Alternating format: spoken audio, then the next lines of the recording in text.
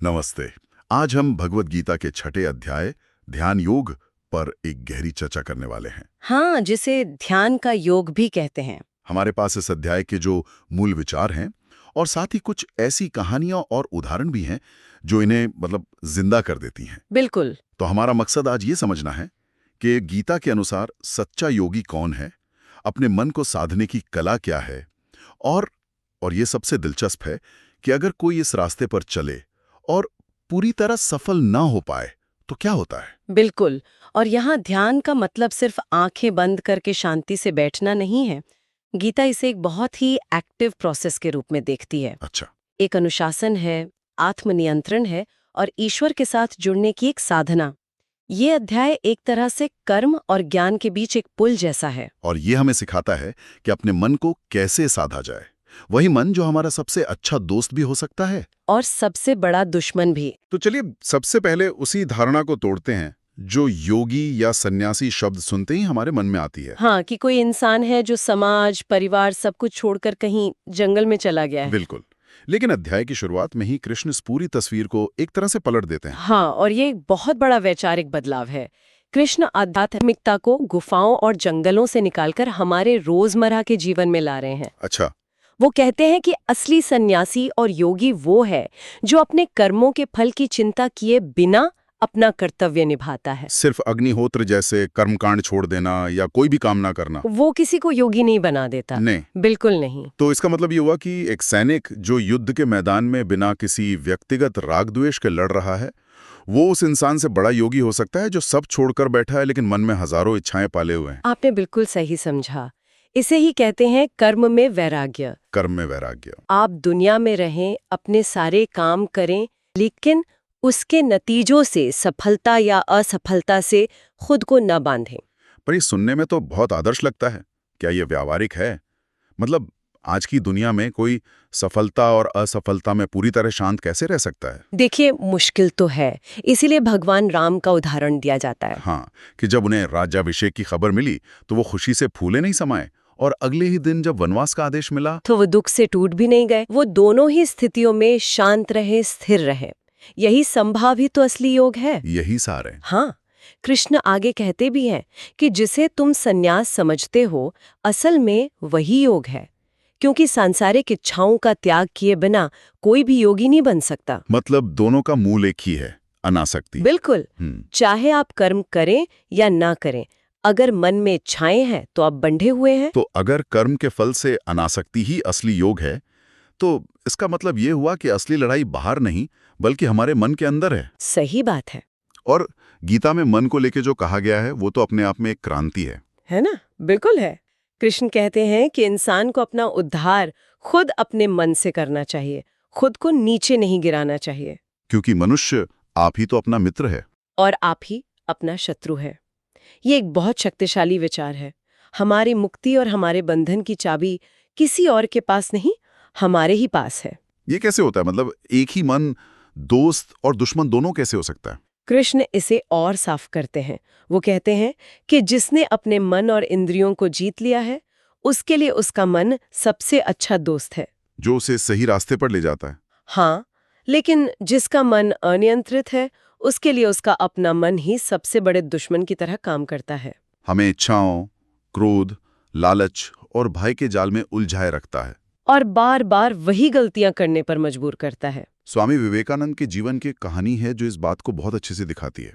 मिठाई वाली? हाँ, अपनी इच्छा शक्ति को परखने के लिए उन्होंने अपने सामने अपनी पसंदीदा मिठाई की प्लेट रखी और घंटों तक उसे छुए बिना ध्यान में बैठे रहे। यह दिखाता है कि असली ताकत बाहरी दुनिया पर नहीं बल्कि अपने मन पर नियंत्रण पाने में है। बिल्कुल। ये एक अद्भुत उदाहरण है। लेकिन ये कहानी इच्छा शक्ति की ताकत को तो दिखाती है, पर हम में से ज्यादातर लोगों के लिए तो ये लगभग असंभव लगता है। क्या कृष्ण कोई ऐसा रास्ता बताते हैं जो हम जैसे आम लोगों के लिए भी हो? हाँ, और यहीं पर अभ्यास का सिद्धांत आता है। पतंजलि योग सूत्र भी यही कहता है, योगश्च चित्त वृत्ति निरोधः। मन में उठने वाली विचारों की लहरों को शांत करना ही योग है। हाँ, आसान भाषा में यही मतलब है। और कृष्ण भी यही कहते हैं कि ये अभ्यास और वैराग्य से संभव है। ये कोई एक दिन का चमत्कार नहीं है। बल्कि एक निरंतर साधना है। जैसे कोई संगीतकार रोज रियाज करता है। बिल्कुल ठीक है। तो ये साफ है कि मन को साधना ही सब कुछ है। मुझे हमेशा इस बात में दिलचस्पी रही है कि गीता इसे करने का तरीका कैसे बताती है। क्या ये कोई रहस्यमयी तकनीक है या कुछ ऐसा जिसे हम भी कर सकते हैं? यही तो गीता की खूबसूरती है। वो बहुत ही व्यावहारिक स्टेप बाय स्टेप निर्देश देती है। ये कोई रहस्य नहीं है, बल्कि एक विज्ञान की तरह समझाया गया है। अच्छा, हाँ, कृष्ण अर्जुन को ध्यान की पूरी प्रक्रिया बताते हैं। वो स्थान से शुरू करते हैं ना, एक एकांत और पवित्र जगह चुने। हाँ, जहाँ कोई परेशान न करे। फिर आसन की बात आती है। वो ना बहुत ऊंचा हो ना बहुत नीचा, जमीन पर कुशाघास, उस पर मृगछाला और फिर मुलायम कपड़ा। इसका उद्देश्य एक स्थिर और आरामदायक आसन बनाना है ताकि शरीर घंटों तक बिना हिले डुले बैठ सके। और शरीर की मुद्रा के बारे में भी बहुत स्पष्ट निर्देश हैं। शरीर, गर्दन और सिर को एक सीध में स्थिर रखना है और दृष्टि अपनी नाक के अगले सिरे पर। हाँ, इसका मकसद साफ है, मन को बाहर की दुनिया से हटाकर अंदर की ओर मोड़ना। बिल्कुल, ये सब तो हुई बाहरी तैयारियां, लेकिन फिर आती है सबसे जरूरी चीज, मन की आंतरिक स्थिति। कृष्ण कहते हैं कि योगी को शांत, निर्भय और ब्रह्मचर्य व्रत में स्थित होना चाहिए। इस ब्रह्मचर्या शब्द को लेकर अक्सर गलतफहमी होती है। लोग इसे सिर्फ शारीरिक संयम समझ लेते हैं। हाँ, जबकि इसका अर्थ बहुत गहरा है। ब्रह्मचर्य का असली मतलब है अपनी सारी ऊर्जा को एक दिशा में लगाना। ये सिर्फ शारीरिक नहीं, बल्कि मानसिक और भावनात्मक ऊर्जा का भी संरक्षण है। बिल्कुल, अपनी ऊर्जा को व्यर्थ के कामों, विचारों और इंद्रिय सुखों में बहाने के बजाय उसे ध्यान जैसी गहरी साधना में लगाना। It's more about redirection of energy. और इन सब तैयारियों का अंतिम लक्ष्य क्या है? अंतिम लक्ष्य है मन को पूरी तरह से ईश्वर में लगाकर उन्हें ही जीवन का परम लक्ष्य बनाना। देखिए, ये सिर्फ मन को खाली करने की कोशिश करना नहीं है। हाँ, स्वामी मुकुंदानंद भी यही कहते हैं कि ये दिन में सपने देखना नहीं है। नहीं, ध्यान का मतलब है मन को दुनिया के हजारों विचारों से हटाकर किसी एक दिव्य वस्तु, भगवान के रूप, नाम या गुण पर टिकाना। ये एक सूखी मैकेनिकल तकनीक नहीं, बल्कि एक भक्तिपूर्ण अभ्यास है जिसमें प्रेम का भाव जुड़ा होता है। बिल्कुल। और यहाँ संतुलन का विचार भी बहुत महत्वपूर्ण है। कृष्ण अर्जुन को सावधान करते हैं कि ये योग न तो बहुत ज्यादा खाने वाले का सिद्ध होता है, न बिल्कुल न खाने वाले का, न बहुत ज्यादा सोने वाले का और ना ही हमेशा जागने वाले का। ये मध्यम मार्ग है। हाँ, आहार, नींद, काम और मनोरंजन, सब में एक संयम, एक संतुलन जरूरी है। अति किसी भी चीज की साधना में बाधा डालती है। आप अपने शरीर और मन को भूखा रखकर या थकाकर ध्यान नहीं कर सकते। ये सब सुनने के बाद यहाँ पर अर्जुन एक ऐसा सवाल पूछते हैं जो बहुत ही स्वाभाविक है। मुझे लगता है हम सबके मन की आवाज है वो। हाँ, वो मन की चंचलता की बात करते हैं। वो कहते हैं, हे कृष्ण, ये मन बड़ा चंचल, मथने वाला, बड़ा दृढ़ और बलवान है। उसको वश में करना तो मैं हवा को रोकने की तरह ही बहुत मुश्किल मानता हूँ। और यही गीता को इतना रिलेटेबल बनाता है। कृष्ण इस बात से पूरी तरह सहमत होते हैं। वो ये नहीं कहते कि नहीं, ये आसान है या तुम्हारी श्रद्धा में कमी है। वो अर्जुन की दुविधा को स्वीकार करते हैं। बिल्कुल, और कहते हैं निस्संदेह मन चंचल और कठिनता से वश में होने वाला है, लेकिन यह अभ्यास और वैराग्य से वश में होता है। चलिए इन दो शब्दों को थोड़ा और खोलते हैं, अभ्यास और वैराग्य। ये सुनने में सरल लगते हैं, पर असल जिंदगी में इनका क्या मतलब है? अभ्यास का मतलब है बार बार बिना निराश हुए कोशिश करना। जब भी मन ध्यान से भटके, जो कि वो हजारों बार भटकेगा, तो उसे पकड़कर धीरे से वापस ले आना। हाँ, हर बार जब आप ऐसा करते हैं तो आप अपने मन की मांसपेशी को थोड़ा और मजबूत करते हैं। ये एक छोटी सी जीत है। और वैराग्य? वैराग्य का मतलब दुनिया से नफरत करना नहीं है। इसका मतलब ये समझना है कि सांसारिक चीजों से मिलने वाला सुख अस्थायी है और उनसे मन को धीरे धीरे हटाना। तो जब मन भटके तो हमें खुद पर गुस्सा नहीं करना चाहिए, बल्कि उसे एक बच्चे की तरह वापस लाना है। बिल्कुल। कृष्ण आगे यही कहते हैं कि ये चंचल मन जहां जहां भी जाए, उसे वहां वहां से रोककर बार बार परमात्मा में ही लगाना चाहिए। इसमें धैर्य की जरूरत है। ये एक मैराथन है, स्प्रिंट नहीं। यहाँ कहानी में एक और दिलचस्प मोड़ आता है। अर्जुन एक और गहरा सवाल पूछते हैं जो असफलता के डर से जुड़ा है। हाँ, ये हम सबका डर है। वो पूछते हैं, उस इंसान का क्या होता है जो श्रद्धा से योग के मार्ग पर चलता तो है, लेकिन उसका मन भटक जाता है और वह इस जीवन में मंजिल तक नहीं पहुंच पाता। क्या वो कटे हुए बादल की तरह नष्ट हो जाता है, जिसे ना ये दुनिया मिलती है ना वो? ये एक बहुत ही वास्तविक डर है कि अगर मैं कामयाब नहीं हुआ तो, और कृष्ण का जवाब उतना ही गहरा और दिलासा देने वाला है। क्या कहते हैं वो? वो कहते हैं, हे पार्थ, उस पुरुष का न तो इस लोक में नाश होता है और न परलोक में ही। अच्छा।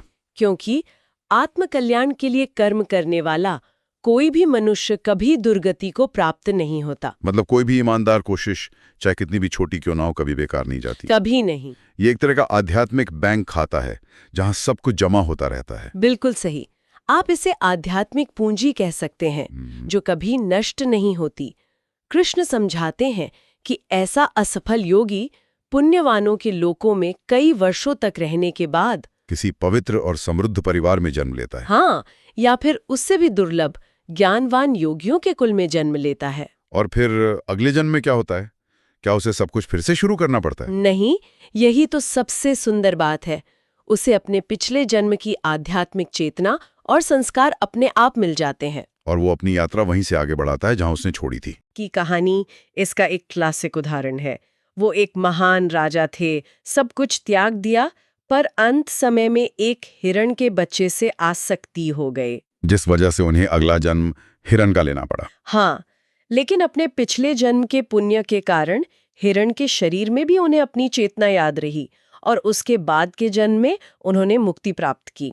तो संदेश ये है कि भले ही एक छोटी सी आसक्ति आपको रास्ते से भटका सकती है, लेकिन आपकी की हुई साधना कभी जीरो नहीं होती। हर प्रयास का मूल्य है और वो आपको आगे ही ले जाता है। तो इस सब चर्चा का सार क्या है? अध्याय के अंत में कृष्ण योग की महिमा का बखान करते हैं। हाँ, वो कहते हैं कि योगी तपस्वियों से श्रेष्ठ है, शास्त्र के ज्ञानियों से श्रेष्ठ है और सकाम कर्म करने वालों से भी श्रेष्ठ है। तो वो अर्जुन को योगी बनने के लिए कहते हैं। हाँ, क्योंकि तपस्वी सिर्फ शरीर को कष्ट देता है, ज्ञानी सिर्फ बुद्धि का इस्तेमाल करता है और कर्मी सिर्फ बाहरी कर्मकांड करता है, लेकिन योगी इन सब से ऊपर है। क्यों? क्योंकि वो सीधे अपने मन को साध कर परमात्मा से जुड़ने की कोशिश करता है, जो कि इन सब का स्रोत है। लेकिन सभी योगियों में सबसे ऊंचा कौन है? क्या योगियों में भी कोई श्रेणी है? और यही इस अध्याय का अंतिम और सबसे महत्वपूर्ण श्लोक है। ये पूरी चर्चा को एक नई दिशा देता है। कृष्ण कहते हैं, संपूर्ण योगियों में भी जो श्रद्धावान योगी मुझ में लगे हुए अंतरात्मा से मुझको निरंतर भजता है, वो योगी मुझे परम श्रेष्ठ मान्य है। इसका मतलब ये हुआ कि सबसे बड़ा योगी वो है जिसका ध्यान सिर्फ एक तकनीक नहीं बल्कि प्रेम और भक्ति से भरा हुआ है। बिल्कुल। मीराबाई का उदाहरण सोचिए। उनका पूरा जीवन बाहरी उथल पुथल से भरा था, लेकिन उनका मन हमेशा कृष्ण के प्रेमपूर्ण ध्यान में डूबा हुआ था। उनके लिए ध्यान कोई अलग से करने वाला काम नहीं था। नहीं, बल्कि उनके जीवन की हर सांस प्रेम की एक सतत अवस्था थी।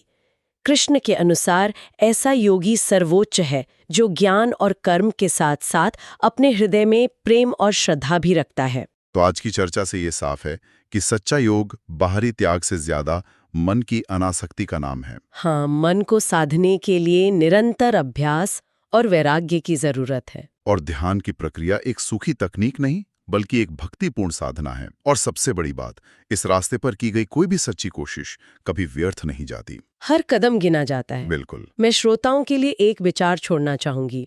यह अध्याय हमें बताता है कि ध्यान का उच्चतम रूप मन को खाली करना या शून्य करना नहीं, बल्कि उसे प्रेम और भक्ति के साथ एक विशिष्ट केंद्र यानी ईश्वर पर लगाना है। सक्रिय प्रेमपूर्ण एकाग्रता का यह विचार ध्यान की हमारी आधुनिक समझ को कैसे बदल सकता है, जो अक्सर केवल शांति और तनाव मुक्ति पर ही जोर देती है। ये सोचने के लिए एक बहुत गहरा सवाल है। अगर आपको ये चर्चा पसंद आई तो हमारे चैनल को लाइक, शेयर और सब्सक्राइब करना ना भूलें। और कमेंट्स में हमें जरूर बताएं कि इस अध्याय की कौन सी बात आपको सबसे ज्यादा छू गई। अगली बार तक सोचते रहिए।